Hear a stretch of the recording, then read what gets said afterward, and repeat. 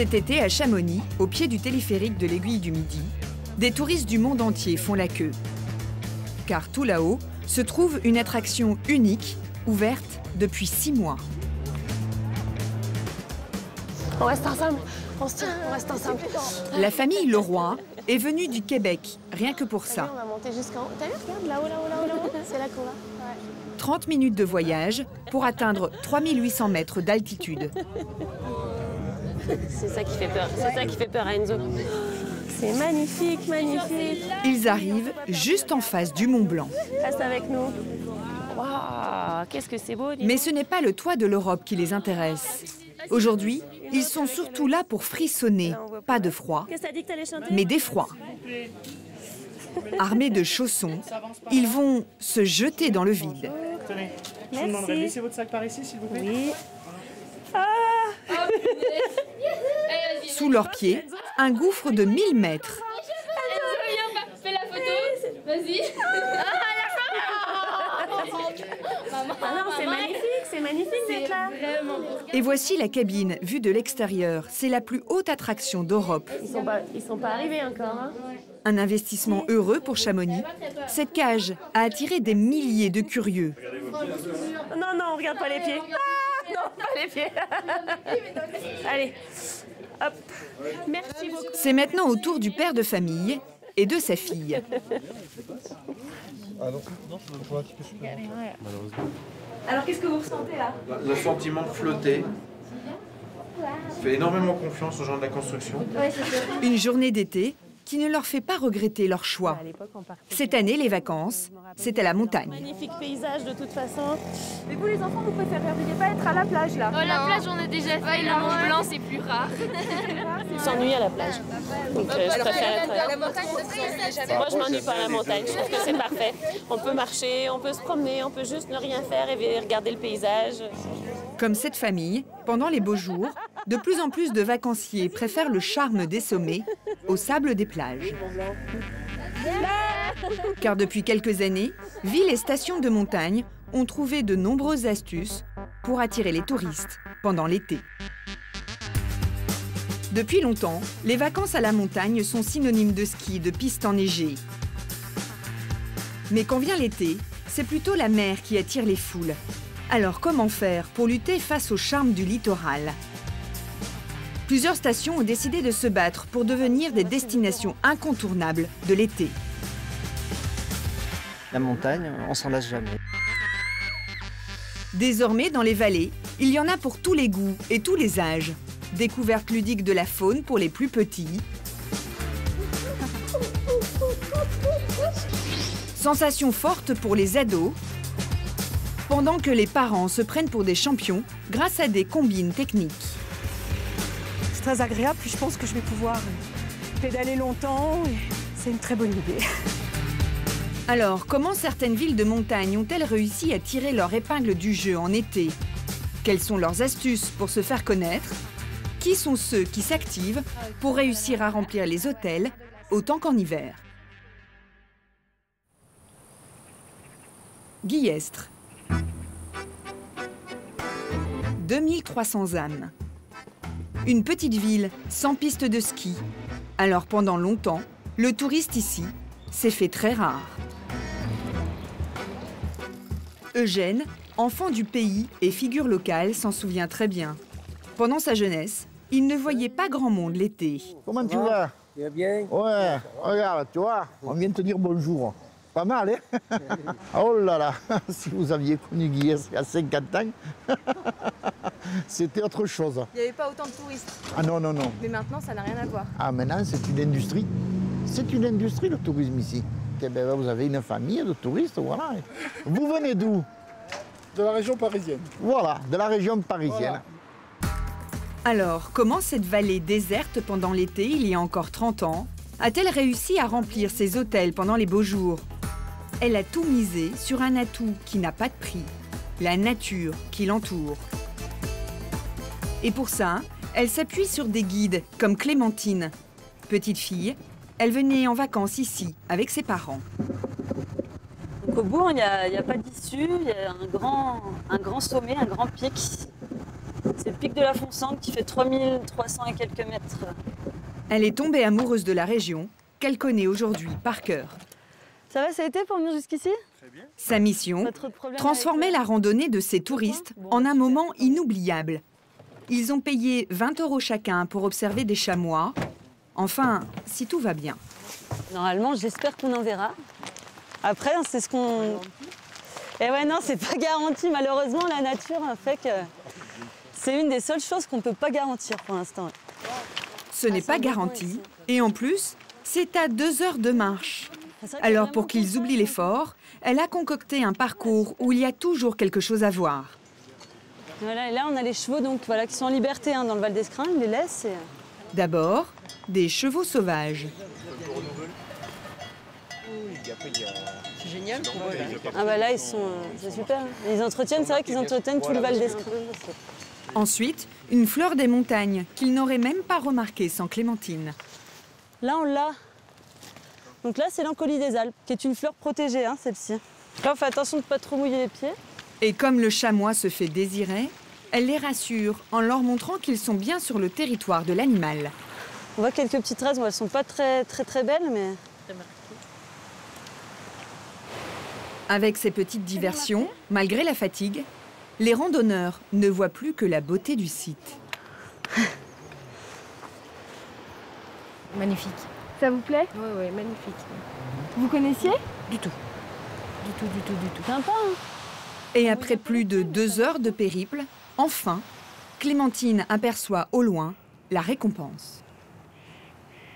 Ah, j'en vois. Regardez. Droit devant, il y a les mélèzes. Au-dessus, il y en a 1, 2, 3. Regarde, il y en a un qui monte. Oui, j'ai vu. Là encore, il fallait bien les yeux avertis de Clémentine pour distinguer ces quelques taches marron. Vous les voyez? Un plaisir furtif, mais une victoire pour le groupe. On les voit bien, il y en a. C'est la récompense, c'est ça? La récompense. Ah, la récompense. Ça vaut le coup, ça veut dire. Ça vaut le coup, oui. Clémentine le sait, elle a marqué des points. C'est le moment qu'elle choisit pour faire de la publicité pour les autres randonnées de la vallée. Et il y a de quoi s'occuper pendant plusieurs jours. Il y a d'autres sorties qui sont proposées aussi au bureau.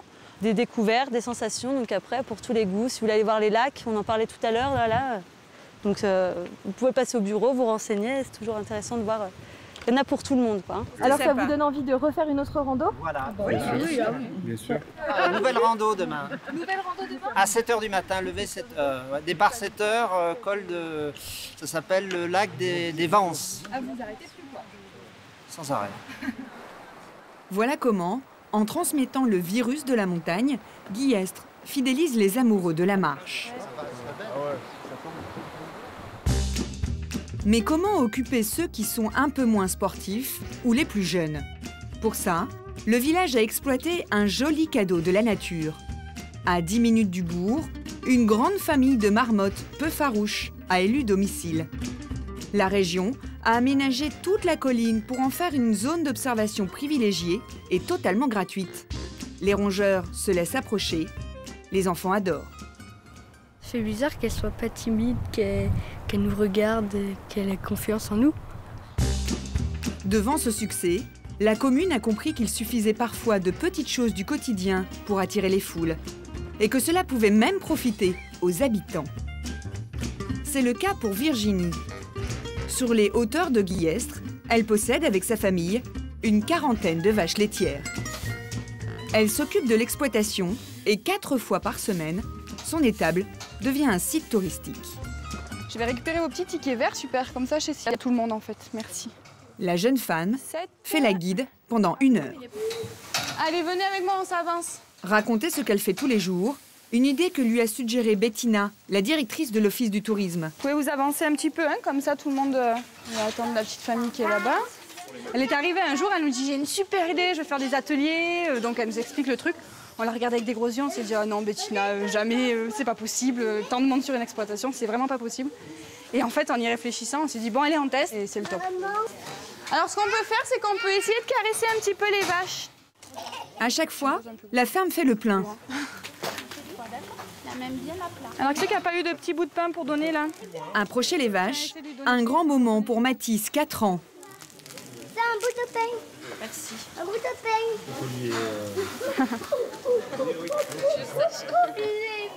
Tiens, tu veux donner un bout de pain? Le clou de la visite, c'est la traite. Le travail de Sébastien, le frère de Virginie. Avec ou sans touristes, il récolte le lait 2 fois par jour. Alors autant en faire une attraction. Tiens. Moi, je veux choisir cette vache. Moi, je veux cette vache. Attends, regarde. Hop, on y va là. Pour Mathis, c'est une grande première. Ça remonte, regarde. Tu vois, on serre bien là. D'accord? Hop, on relâche bien à chaque fois, il n'y a pas besoin d'appuyer très fort, ok? Et c'est franchement magique. T'as réussi, Mathis? Ouais. Regarde. Le lait, regarde le lait. Et ça, c'est toi qui l'as fait? Oui. Allez, ben, tu continues, tu le tiens, non? Mathis est totalement conquis. Cindy, sa maman aussi. Déjà, voir la nature, voir tout ce qui se passe. Il sait pas, le matin, il boit son lait, il sait pas ce qu'il boit. Là, je pense qu'il a compris. C'est possible. Cette visite ne coûte que 3 € par personne. Mais Virginie et sa famille vont gagner beaucoup plus grâce à ce petit point de vente avec des produits maison. J'ai pris une demi-tome, j'ai pris des fromages type camembert et 2 fromages frais à l'ail. Ça vous a coûté combien? 22 €. Et c'était pas prévu? Non, c'était pas prévu, c'est vraiment... c'est pas cher et c'est direct producteur. 5,50, 5,50 et 3,60 les enfants. Allez, vite, vite, vite. Des petites visites toutes simples qui se transforment en un extra non négligeable pour la famille d'exploitants. Vous avez vendu pour combien d'euros à peu près? Ce soir? Ouais. Surprise, surprise. Je vais calculer, je vais vous dire. Exactement. 90, 120, 150, 160, 180 €. Ça, c'est une bonne soirée, ça. En tout, les visites de leur ferme devraient leur rapporter plus de 3 000 € à la fin de l'été. Voilà. Tout cela sans bouger de chez eux. En valorisant son patrimoine naturel, Guillestre arrive chaque année à remplir ses 15 000 lits touristiques, tous les étés.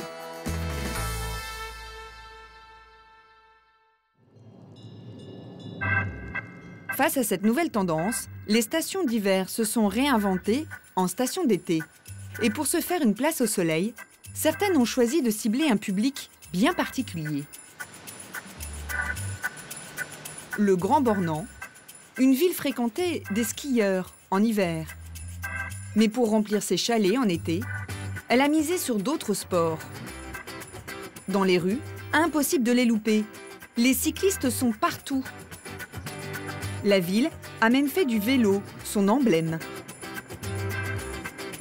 Il y a quelques années, seuls les amateurs avertis venaient ici pour se mesurer au col mythique. L'aboutissement parfois de longues années d'entraînement. 64 ans. Ah, je voulais faire la colombière. Ouais. Pour quelle raison? Bah, j'ai toujours eu des petits défis, moi. On veut faire partie des grands, peut-être. Au sommet, les cyclistes se bousculent. Vous me regardez? Pour la photo souvenir. On tient le panneau, moi. Pourtant, il y a 20 ans, ces sommets ne voyaient passer que quelques bicyclettes. Alors comment le Grand Bornand est-il devenu la Mecque des amateurs de vélo? Dans les années 90, Marc Boss était le directeur de l'Office du tourisme. Il est l'un de ceux qui ont eu l'idée de s'appuyer sur l'un des événements les plus populaires du pays, le Tour de France. C'était en 95, vraiment première édition du Tour de France au Grand Bornand. Son coup de maître, faire du Grand Bornand une ville-étape de la Grande Boucle. C'était l'occasion d'accueillir beaucoup de presse, du monde entier d'ailleurs. Hein. C'était une première pour un petit village de 2000 habitants. C'est vrai que ça fait un choc. Pendant toute une journée, on ne parle que du village dans les médias du monde entier. Mesdames et messieurs, bonjour, bienvenue en direct du Grand Bornand pour le... Pour être ville-étape, il faut verser 250 000 €.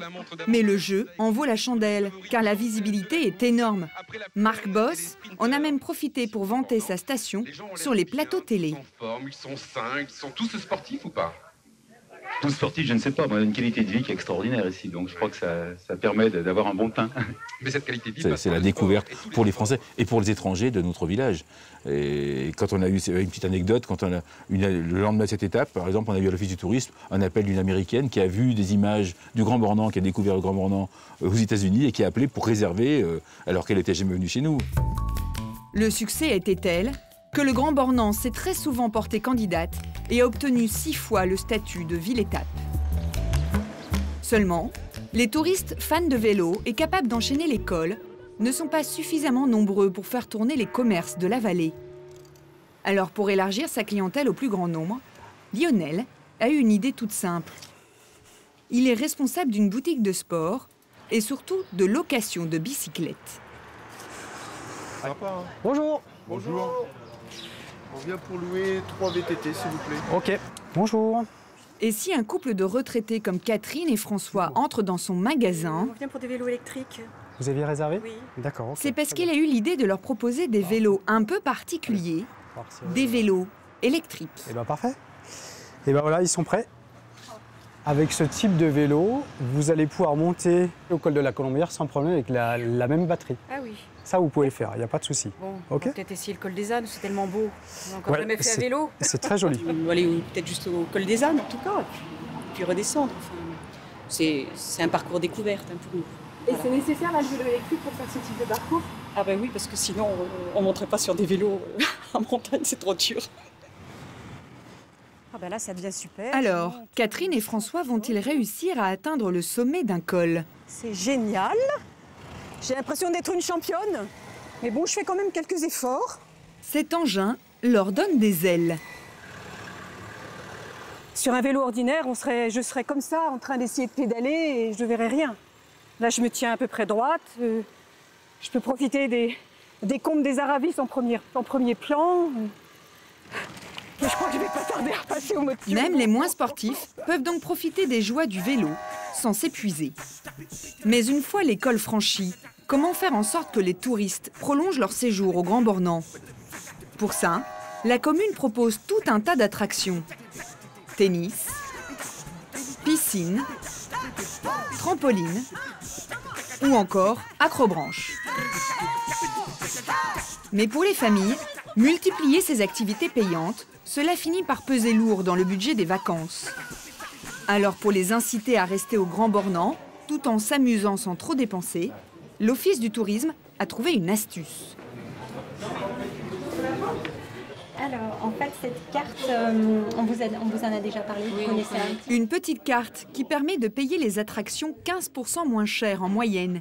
Elle fonctionne comme une carte bancaire sur laquelle il faut déposer de l'argent. Est-ce que vous savez déjà combien vous voulez mettre sur la carte? Oui, on peut mettre 100 euros. 100 euros, oui. Il y a une limite ou pas? 200. On va mettre 200. 200? Oui, d'accord. 200. Avec ces 200 euros, cette maman va pouvoir offrir à son fils un sacré programme. Le quad, le rafting je vais tester, le parapente, le paintball, plein d'autres activités. Pour le quad, par exemple, la famille aurait dû payer 75 euros l'initiation. Mais grâce à la carte, le prix passe à 64 euros. Des réductions qui incitent à se laisser tenter par beaucoup plus d'animations. Activités, communication astucieuse, voilà comment le Grand Bornand arrive à afficher presque autant de nuitées réservées en été qu'en hiver.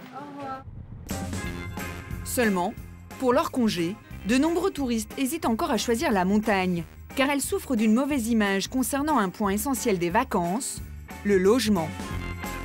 Des appartements exigus, conçus pour entasser le maximum de personnes pendant l'hiver. Des dortoirs qui en rebuteraient plus d'un. Certaines villes l'ont bien compris et ont mis en place une offre luxueuse et pas trop douloureuse pour le porte-monnaie. Au cœur des Alpes majestueuses, Chamonix. Tous les ans, cette famille du Val-de-Marne y prend ses quartiers d'été.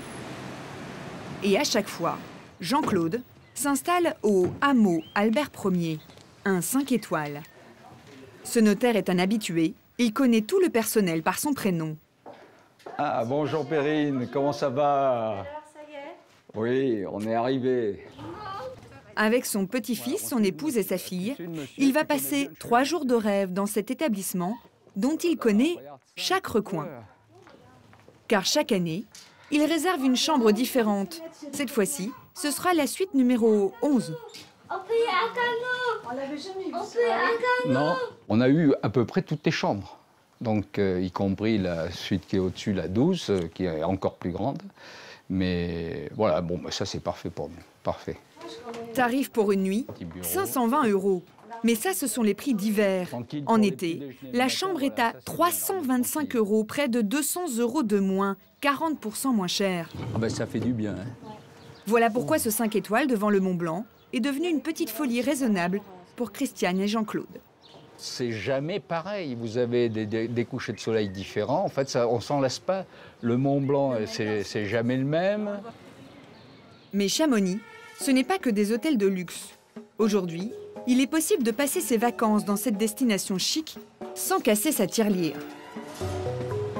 Clichy, en banlieue parisienne. Nous sommes dans les locaux de Locatour, un des leaders des vacances à prix cassé. En effet, le balcon est indiqué, mais vous avez un balcon et une terrasse. 60 millions de chiffres d'affaires réalisés l'année dernière, grâce à un nouveau filon, les vacances d'été à la montagne. Et leur argument, des prix cassés, obtenus notamment par Marine. Les rabais qu'elle obtient vont de 22% à près de 50%. J'inclus le petit-déj. Et à ce tarif, le client a quand même droit à des petits services. Un accès à la piscine, ou au spa, ou une bouteille de champagne, ou enfin un truc sympa, quoi. À la tête de la société, Yariv Abessera, un ancien banquier d'affaires. Allez, on y va à la montagne. À quelques jours des vacances scolaires, il veut connaître les tendances des réservations. Quelles villes de montagne sont en train de séduire les touristes? Dans le palmarès, le nom de la deuxième ville va étonner le patron. Donc on a les Ors, dans les Alpes du Sud, qui est en position numéro 1. Chamonix, qui est en deuxième position. Ça, c'est une surprise, Chamonix? Oui, c'est plutôt une agréable. Ça continue à progresser, là. Tout à parce fait. que le mois dernier, on ne l'avait pas dans le top 10. Non. Donc Marine, il faut que tu accélères sur Chamonix. Immédiatement, il y envoie Marine, sa meilleure acheteuse. Sa mission, décrocher des nouveaux logements à prix cassé. Le lendemain, au pied du Mont Blanc, nous retrouvons Marine, accompagnée d'une collègue. Sur le terrain, elle vérifie tout. En plein centre, la poste là, la place principale là. Jusqu'à la météo. Et puis il fait bon, hein. Tu vois, on me dit la montagne l'été, il fait froid, il fait super bon. Elle a repéré un chalet qui n'est pas encore loué pendant tout l'été. Karine, chargée par les propriétaires de trouver des locataires, le fait visiter à Marine, car elle a été une des premières à l'appeler. Ça va et toi? Bien. Et les deux autres qui sont là-bas. Le chalet peut accueillir 8 à 10 personnes. En hiver, c'est 3 500 € la semaine. En été, c'est 1 800 €, presque moitié prix. Un tarif totalement inimaginable pour un logement de cette taille et de ce standing à la plage. Frigo, four, micro-ondes, la vaisselle? Oui. Quand même. Marine a besoin de ce logement pour proposer un séjour pas cher à Chamonix. Mais elle ne va pas l'inscrire dans son catalogue les yeux fermés. D'abord, elle va vérifier que la literie est aussi chic que tout le reste. La literie te convient-elle? Tout à fait, madame. Non, mais faut bien dormir en vacances. C'est le moment où on se repose. Donc, si tu dors mal pendant une semaine, t'es obligé de repartir en vacances. Grande douche. Et comme elle sait que le chalet est encore libre certaines semaines, elle va même négocier un petit cadeau réservé à ses clients. Quand même, ça c'est super. Donc ça, on est d'accord qu'à chaque fois de la prestation serviette et drap, c'est inclus dans la prestation? Non, c'est en supplément. C'est en supplément? En supplément. D'accord. Ouais. Est-ce qu'on peut, nous, ensemble, se dire, voilà, sur, à voir, hein, en période chalet, etc., d'offrir le service linge de lit, linge de toilette? Faut qu'on en discute. Un petit plus qu'elle finira par obtenir en échange d'une belle exposition sur le site internet du tour opérateur. Grâce à ce chalet, Marine pourra attirer de nouveaux vacanciers au budget serré. Alors que le secteur du tourisme fait du surplace depuis 10 ans, en 2014, la montagne a attiré 8% de visiteurs de plus par rapport à 2013.